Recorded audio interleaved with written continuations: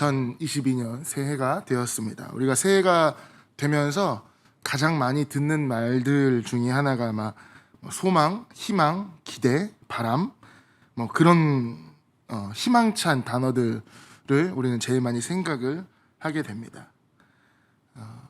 중학교 3학년 때 한창 이 중2병이라는 것에 시달리고 있을 때 체육 선생님하고 좀 친하게 지냈던 적이 있습니다. 이제 겨울 방학이 시작되면서 체육 선생님한테 그렇게 여쭤본 적이 있어요. 선생님은 31일에서 1월 1일 넘어가는 그 시간에 뭐 하시겠습니까? 그때가 99년에서 2000년이 되는 조금 경험하기 힘든 그런 해가 넘어가는 해였기 때문에 선생님은 무엇을 할지 좀 궁금했던 것 같습니다. 그랬더니 선생님께서 해주신 대답이 좀 의외였습니다. 그냥 잘 건데? 1999년에서 2000년이 새청년이 열리는데 선생님은 그냥 편하게 주무실 수 있습니까? 물어봤더니 선생님께서 그때 뭐라고 하셨냐면 그게 무슨 의미가 있니? 그냥 단순히 12월 31일 12시 59분에서 1월 1일 0시 0분으로 넘어가는 순간일 뿐인데 그리고 숫자만 바뀔 뿐인데 나는 거기에 그렇게 크게 의미를 부여하지 않을란다 라고 말씀을 하셨습니다. 그때는 그게 되게 쿨하고 멋있어 보였어요. 세상은 새천년이다, 2000년에 밀레니엄 시대가 다가온다 라고 해서 굉장히 들뜨고 흥분되어 있는 상태였지만 자신만의 그런 철학을 가지고 시간은 그저 숫자가 흐르는 것에 불과할 뿐이다 라고 과감하게 이야기하시는 그 모습이 그때는 그렇게 좀 멋있어 보였던 것 같습니다. 사실 틀린 말은 아니잖아요. 12월 31일 12시 59분 59초에서 1월 1일 0시 0분 0초가 되는 것은 그냥 정말 1초가 지나는 것 뿐입니다. 지금도 그 1초는 여전히 흘러가고 있고요. 하지만 많은 이들이 그 12월 31일과 1월 1일이라는 그 숫자에 많은 것을 부여하고 설레어하고 있습니다. 새해가 될 뿐만 아니라 이렇게 시간의 경계를 지날 때마다 우리는 무엇인가가 변화되기를 바라고 그 변화가 좋은 쪽으로 나에게 다가오기를 바라는 것 같습니다. 새해가 5일이나 지났습니다. 여러분의 삶은 얼마나 많이 좋은 쪽으로 변화하셨습니까? 특히 지난 2년 정도는 전 세계 사람들에게 굉장히 안 좋은 의미지만 특별한 한 해였고 모든 사람이 2022년을 다시 한번 맞이하면서 한마음으로 어제보다는 조금 더 나은 변화가 찾아오겠지라는 여전한 기대를 가지고 있는 것 같기 때문입니다. 그런데 여러분, 아무런 근거 없는 소망을 맞이했을 때 그리고 그 소망이 현실이 되었을 때 오히려 아마 더 큰 절망과 좌절만이 우리에게 있을지도 모릅니다. 새해에 코로나가 완전히 종식이 될 것이다 라는 희망을 가질 수는 있겠지만 당장 우리의 현실이 그렇게 되지 않다면 아마 절망만 더 커질 뿐이라는 말씀이죠. 어차피 어떻게 되든 우리가 할 수 있는 일이 아무것도 없고 그렇게 되지 않는다면 그리고 우리가 상관할 수 있는 일이 아니라면 우리는 다른 것에 더 의지하며 기대해야 된다라는 것입니다. 그래야 더 올바르게 살아갈 수 있고 참된 소망과 행복, 평안 가운데 우리는 살아갈 수 있기 때문입니다. 그런 면에서 시편 61편의 말씀은 우리에게 너무나 귀한 말씀인 것 같습니다. 너무너무 유명한 말씀이고 우리에게 익숙한 말씀입니다. 다윗의 수많은 시편들 가운데에 그리고 그 시편의 대다수가 다윗이 고난 가운데 있을 때 기록한 시로서 그가 고난 속에서 경험한 고통, 감정들이 너무나 잘 드러나 있죠. 그리고 결국에는 마지막에는 다윗이 끝까지 하나님을 의지하며 신뢰하는 모습 가운데에 우리는 그 말씀을 가지고 확신을 가질 수 있다라는 것입니다. 오늘 62편의 말씀도 다윗은 분명히 고난 가운데 있습니다. 상황에 대한 묘사가 3, 4절에만 길지 않게 언급되어 있긴 하지만 다른 시편의 모습과 그렇게 다르지 않다라는 거죠. 대적들을 그를 공격하고 있고 다윗은 언제 죽더라도 이상하지 않은 상황이고, 사울을 피해 도망을 했을 때나 압살롬의 반역을 피해 도망을 했을 때의 연상이 되는 그런 상황들입니다.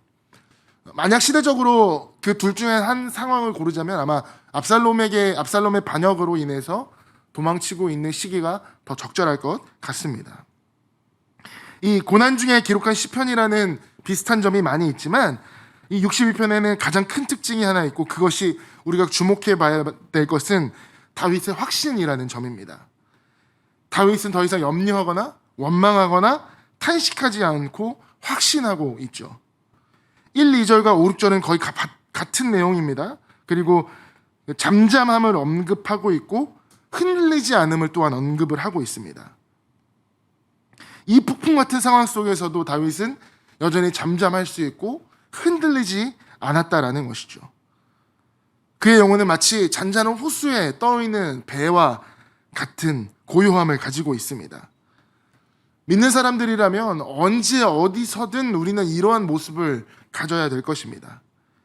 바울처럼 주어진 것에 자족하며 내게 능력 주시는 자 안에서 내가 모든 것을 할 수 있다고 고백할 수 있는 삶이 되기를 원할 것입니다. 그 안에서 굳게 서서 흔들리지 않는 믿음으로 언제나 주님을 전하고 싶을 것입니다. 누군들 그렇게 하고 싶지 않겠습니까? 문제는 우리를 둘러싼 수많은 그런 어려움들이 우리를 그렇게 가만히 두지 않는다라는 것이죠. 코로나라는 것만 봐도 그렇습니다. 누군가에게는 조금 불편한 정도일 수 있겠지만 누군가에게는 생명을 위협하고 생계를 위협하는 일이 될 수 있습니다. 세상이 교회를 보는 눈이 이렇게 곱지만은 않을 때에 그리스도인으로서 더 답답하고 더 분통 터지는 일이죠. 하나님은 왜 여전히 이 일을 그냥 두실까? 아니면 코로나뿐만 아니더라도 내 맘같이 되지 않는 그 모든 세상의 일들, 자녀들, 심지어는 가장 가까이에 있어서 나의 편이 언제나 되어줄 것만 같은 사람이 때로는 원수처럼 느껴질 때가 있다라는 것입니다. 내 마음은 잔잔한 호수에 띄운 배 같지만 사실 그것은 잔잔한 호수가 아니라 급류에 떠내려가는 언제 부서져도 이상하지 않을 그저 나무 쪼가리, 그곳에 겨우 매달려 있는 것 같은 그런 느낌. 그것들이 우리를 흔들 때 우리는 흔들릴 수밖에 없다라는 것이죠. 그런 상황 속에서 62편의 다윗은 흔들리지 않는다라고 분명히 고백을 하고 있습니다. 어떻게 그럴 수 있는지 한번 살펴볼까요? 이 세 부분으로 한번 나누어 보겠습니다. 1절에서 4절, 5절에서 8절, 9절에서 12절. 다윗은 엄청난 고백으로 이 시편을 시작을 하고 있습니다. 나의 영혼이 잠잠히 하나님만 바라며 나의 구원이 그에게서 나오는도다. 두 가지를 이야기하고 있죠. 하나는 잠잠히 하나님을 바라는 것, 그리고 다른 하나는 구원이 하나님에게 나온다는 것. 고난 중에 다윗이 기록한 시편을 보면 하나님을 부르면서 시작하는 경우가 많습니다. 62편의 앞 뒤에 있는 시편만 봐도 그러하고요. 고난 중에 하나님을 부르면서 탄식하기도 하고 도우심을 구하기도 한다라는 것이죠. 근데 62편은 그렇지 않다라는 겁니다. 하나님을 부르는 것은 12절에 가서야 나옵니다. 그것도 무엇을 구하기 위한 것이 아니라 하나님이 어떤 분이신지를 인정하면서 하나님을 부르는 것입니다. 그러니까 이 시편은 처음부터 끝까지 확신이라는 것이 기초로 깔려 있습니다. 지금 하나님을 크게 부르면서 다윗은 무엇인가를 요구하고 있지 않습니다. 무엇인가를 해달라고 하고 있지 않다라는 것이죠. 잠잠합니다. 5절에서도 다윗은 나의 영혼이라는 표현을 사용합니다. 근데 이게 사실은 나와 같은 의미입니다. 여기서 영혼이 문자 그대로 죽은 자와 산 자를 구별하는 영적인 부분만을 의미한다기보다 사람 그 본질 자체, 사람의 본질을 의미한다고 보는 것이 더 맞다라는 것이죠. 누가 요즘에 성의 없이 이야기하거나 성의 없이 동의할 때 영혼이 1도 없어, 우리 그런 얘기는 하잖아요. 그런 표현이라고 생각하시면 더 쉽게 받아들이실 수 있을 것 같습니다. 여기서 나라는 일반적인 표현입니다. 나의 영혼이라는 표현을 통해서 조금 더 진실되고 진정성이 들어간 그 표현으로 다윗은 지금 하나님을 부르고 있다라는 것이죠. 다윗은 잠잠히 고요한 가운데 하나님을 향해 있습니다. 이 다윗이 동요하지 않고 흔들리지 않고 하나님을 향해 있고, 그 이유는 두 번째 사실입니다. 두 번째 사실에 밑받침하고 있습니다. 그 구원이 그 하나님에게서 나오기 때문이죠. 구원이 하나님에게서 나오기 때문에 다윗은 잠잠할 수 있다라는 것입니다. 이게 무슨 말입니까? 다윗은 지금 구원이 필요한 상황에 있다는 것이죠. 그 상황에서 그것을 구원할 수 있는 분은 오직 하나님이시기 때문에 그는 지금 하나님을 기다리고 있다라는 이야기합니다. 2절은 1절의 말씀을 조금 더 확장해서 풀어쓰고 있습니다. 오직 그만이 나의 반석이시오 나의 구원이시오 나의 요새시니 내가 크게 흔들리지 아니하리로다. 다윗의 구원이 하나님께로부터 나오는 이유는 하나님께서 다윗의 구원 되시고 반석 되시고 요새 되시기 때문입니다. 너무나 여러 차례 우리가 익숙한 표현들이죠. 다윗에게 있어 가장 안전한 피난처, 보호자가 하나님이시기에 그의 구원도 하나님께서로 나오고 하나님이 계시는 한 다윗은 크게 흔들리지 않는다. 이런 사실을 기초하는 것이 바로 다윗이 하나님을 잠잠히 기다리고 있다라는 것으로 표현되어져 있다라는 것이죠. 이런 하나님을 기다리는 이유는 앞에서 언급한 것처럼 다윗이 지금 구원이 필요한 상황이기 때문입니다. 3절에서 그는 자신을 넘어뜨리는 담, 흔들리는 울타리 같은 사람이라고 표현을 하고 있습니다. 뭐예요? 다 쓰러져 간다는 거죠. 더 이상 저항하거나 이겨낼 힘이 없는 상태. 그러면서 그는 대적들에게는 사람을 죽이려고 너희가 일제히 공격하기를 언제까지 하려느냐라고 묻고 있습니다. 정말 궁금해서 물어보는 것일까요? 아니죠. 부정적인 의미에서 놀라움을 표현하고 있는 것입니다. 그만 좀 해라, 제발. 언제까지 나를 괴롭힐 것이냐 라는 겁니다. 4절에서는 계속해서 대적들이 공격하는 의도와 방법에 대해서 이야기를 하고 있습니다. 그들은 그를 그의 높은 자리에서 떨어뜨리기만을 꾀하고 거짓을 즐겨하니 입으로는 축복이요 속으로는 저주로다. 대적들이 다윗에게 가지고 있는 의도를 분명하게 나타내고 있죠. 높은 곳에서 떨어뜨리는 것. 그 하나의 목적을 위해서 그들이 사용한 방법이 뭐예요? 거짓이라는 겁니다. 속으로는 저주하면서 겉으로는 축복의 말을 쏟아내고 있죠. 친구인 듯 그의 편인 것처럼 좋은 말만 하면서 그들의 악한 의도는 감추어 버리는 것입니다. 그리고 때가 되면 그를 일제히 공격하는 것이죠. 그 공격을 막아낼 힘은 다윗에게 없었다라는 겁니다.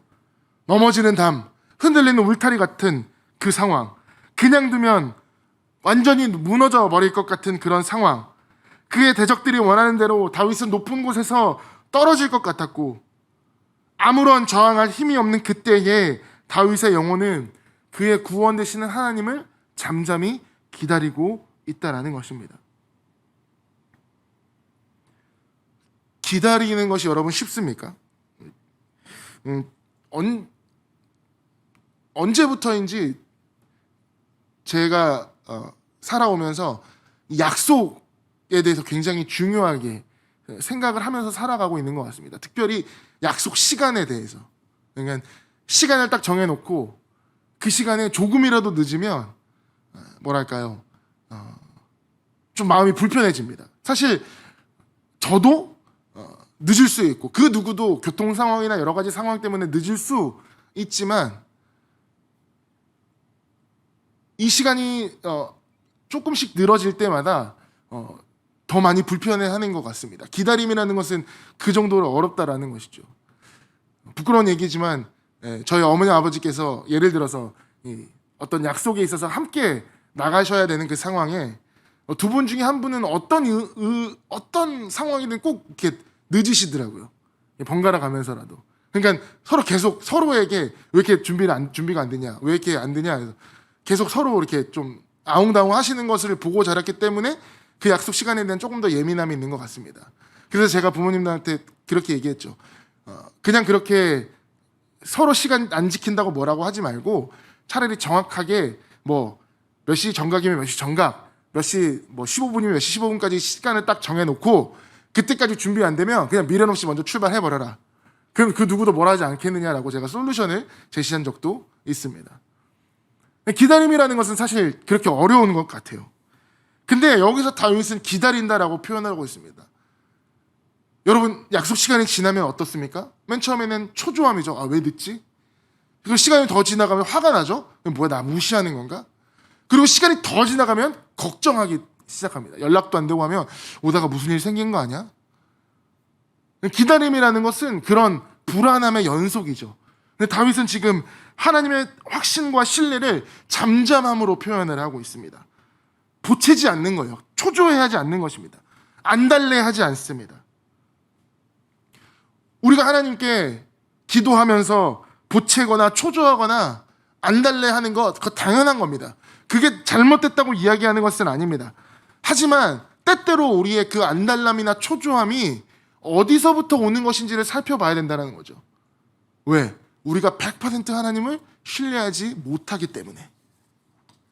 우리는 그때에 하나님 앞에 초조해하며 안달래합니다. 아이에게 어떤 약속을 합니다.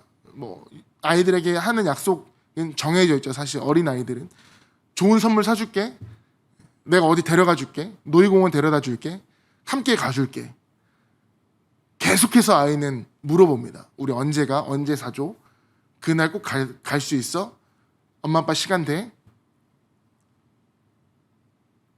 그러니까 아이가 부모의 약속을 믿지 못해서 계속해서 그런 말을 하는 경우가 있는데, 그게 반복되면 어떻습니까? 해주려고 하다가도 하기 싫어지는 때가 있다는 거죠.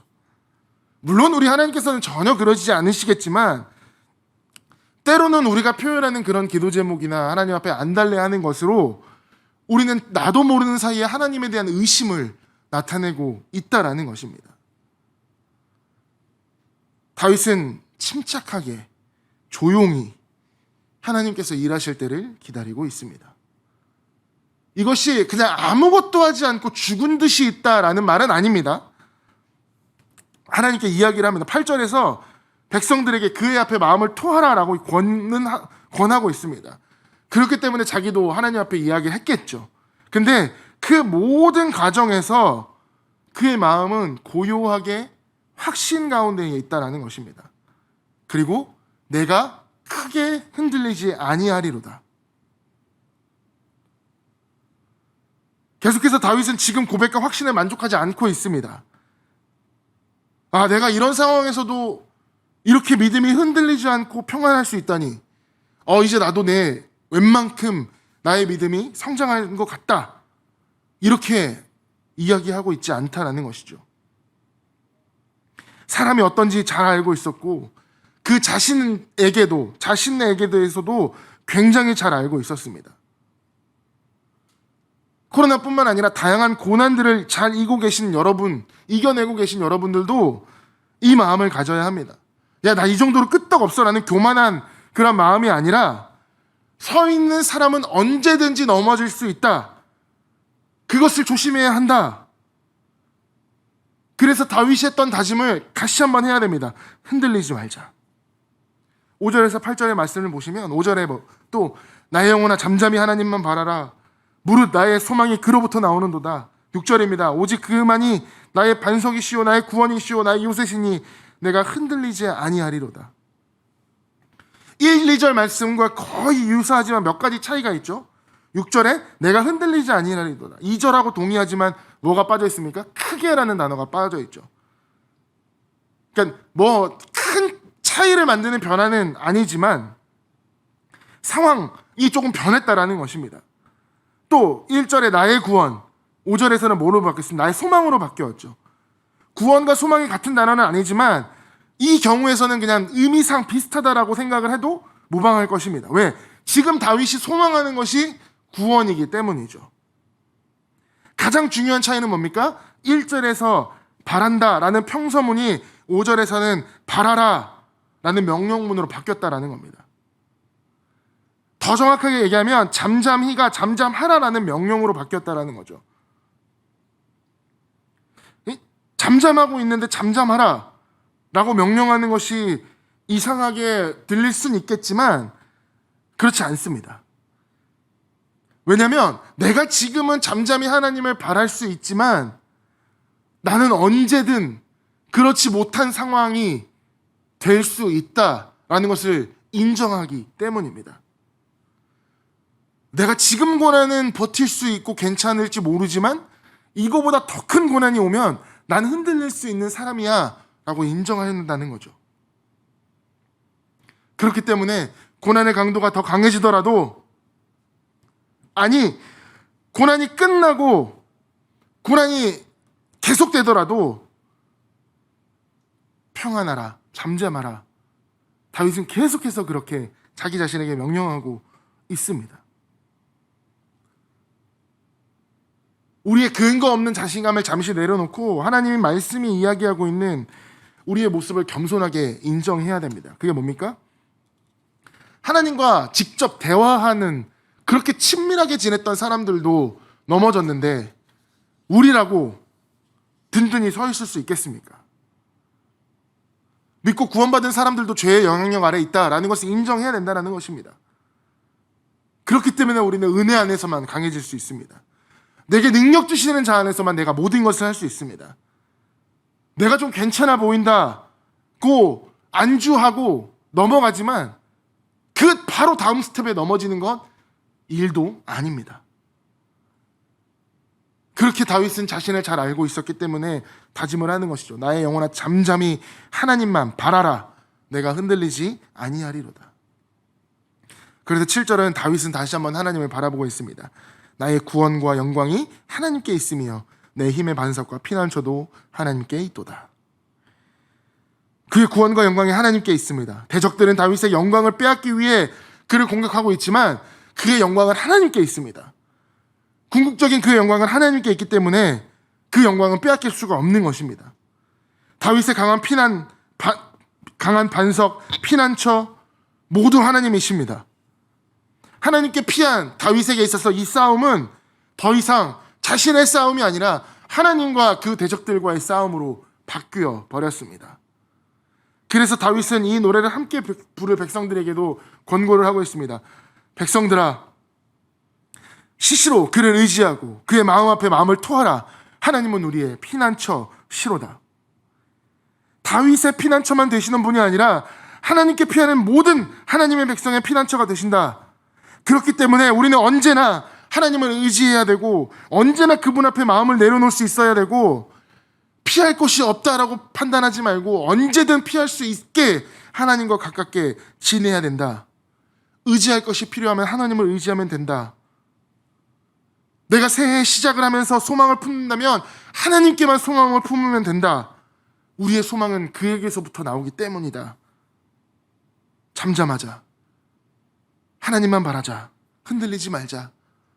다윗은 계속해서 우리에게 이야기를 하고 있습니다.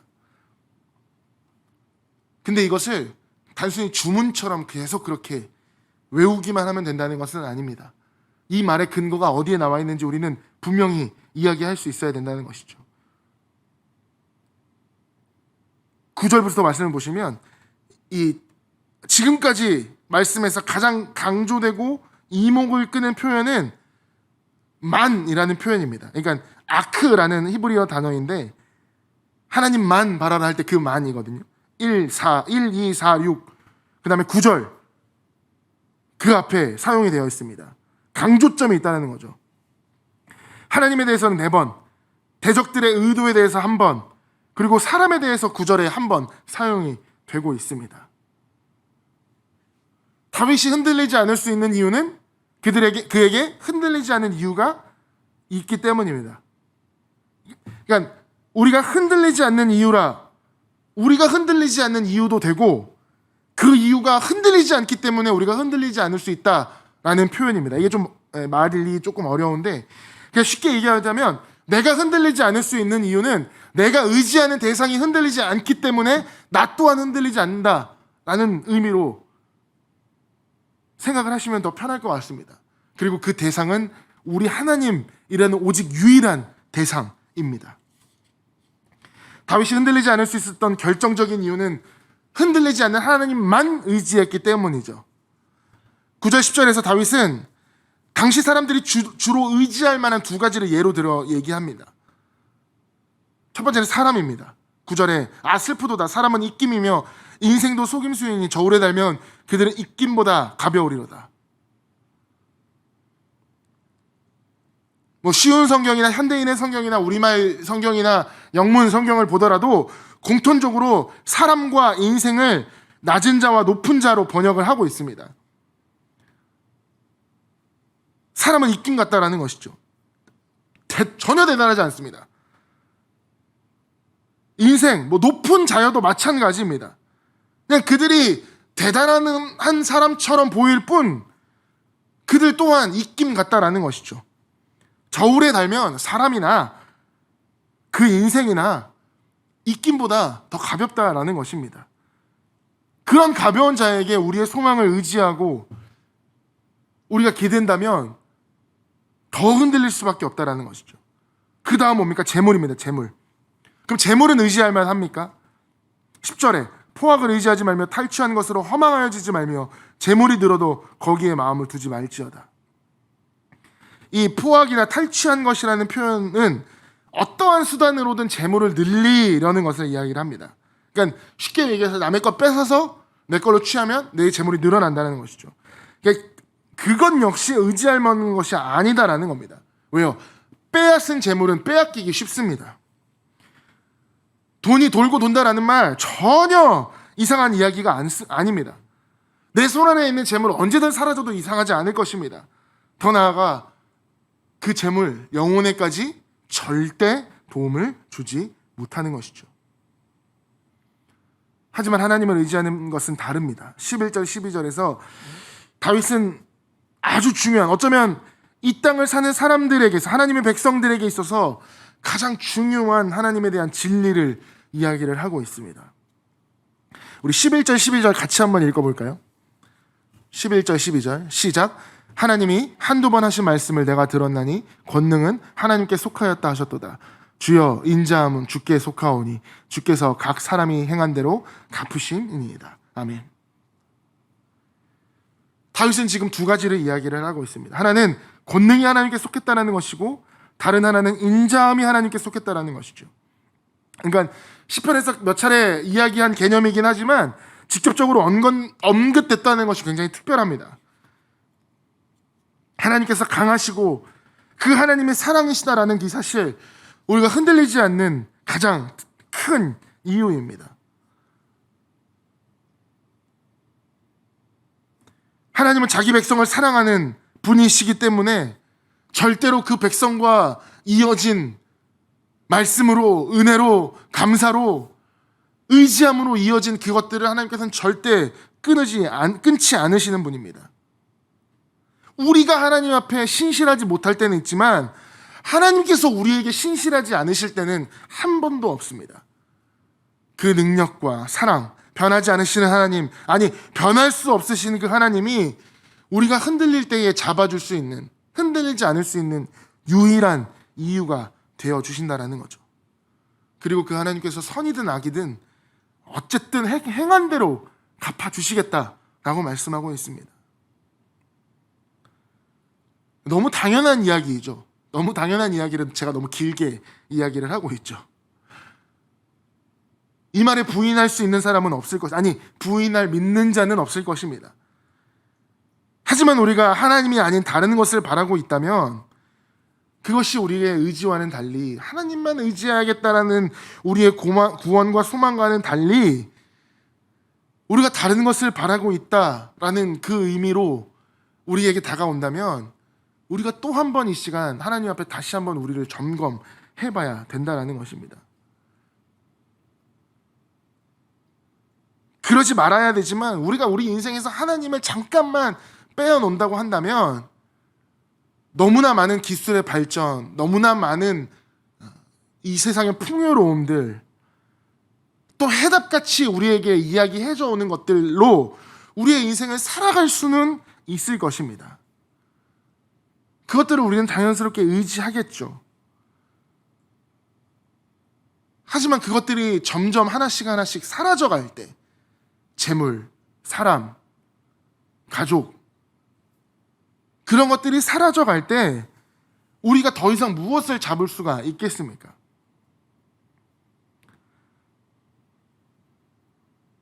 흔들리지 않는 잔잔한 호수에 더 이상 호수가 아닌 급류가로 되고, 급류가 나아가 폭포수 같이 떨어지는 그 인생이 된다면, 우리가 지금은 흔들리지 않는 호수와 같은 호수의 배를 타고 있는 것 같지만 그 배는 언제 부서져도 이상하지 않은 나무 조각으로 변해버리고 말 것입니다. 우리의 배, 그 위에 누가 타고 계십니까? 흔들리지 않는 능력과 사랑의 하나님을 우리는 주목해야 되고, 그분만을 붙잡을 때에 우리는 그냥 부서져 버리는 나무 조각이 아니라 흔들리지 않는 항공모함 같은 그 든든함으로 우리의 인생을 살아낼 수 있게 될 것입니다. 예레미야 선지자의 말로 말씀을 마무리하겠습니다. 예레미야 선지자는 예루살렘의 멸망을 보면서 고통의 시간을 지낼 때 그 안에서 소망을 찾았던 그 기록입니다. 예레미야 애가 3장 20절에서 26절까지 말씀입니다. 내가 그것을 기억하고 내 마음이 낙심이 되오나 이것을 내가 내 마음에 담아두었더니 그것이 오히려 나의 소망이 되었사옴은 여호와의 인자와 긍휼이 무궁하심으로 우리가 진멸되지 아니함이니이다. 그것들은 아침마다 새로우니 주의 성실하심이 크시도소이다. 내 심령에 이르기를 여호와는 나의 기업이시니 그러므로 내가 그를 바라리라 하도다. 기다리는 자들에게나 구하는 영혼들에게 여호와는 선하시도다. 사람이 여호와의 구원을 바라고 잠잠히 기다림이 좋도다. 여호와를 잠잠히 기다리는 것이 우리에게 좋은 것입니다. 언제나 하나님을 의지하고 그 앞에 마음을 토하는 사람들에게 하나님은 흔들리지 않는 이유가 되어 주십니다. 오늘도 그 하나님 온전히 붙잡고 올 한 해 흔들리지 않는 믿음으로, 우리의 상황과 환경은 여전히 변화된 것이 없지만 흔들리지 않는 믿음으로 주님과 함께 동행하며 잠잠히 주님이 일하시는 것을 기다리시는 귀한 성도님들이 되시기를 주님의 이름으로 축원합니다.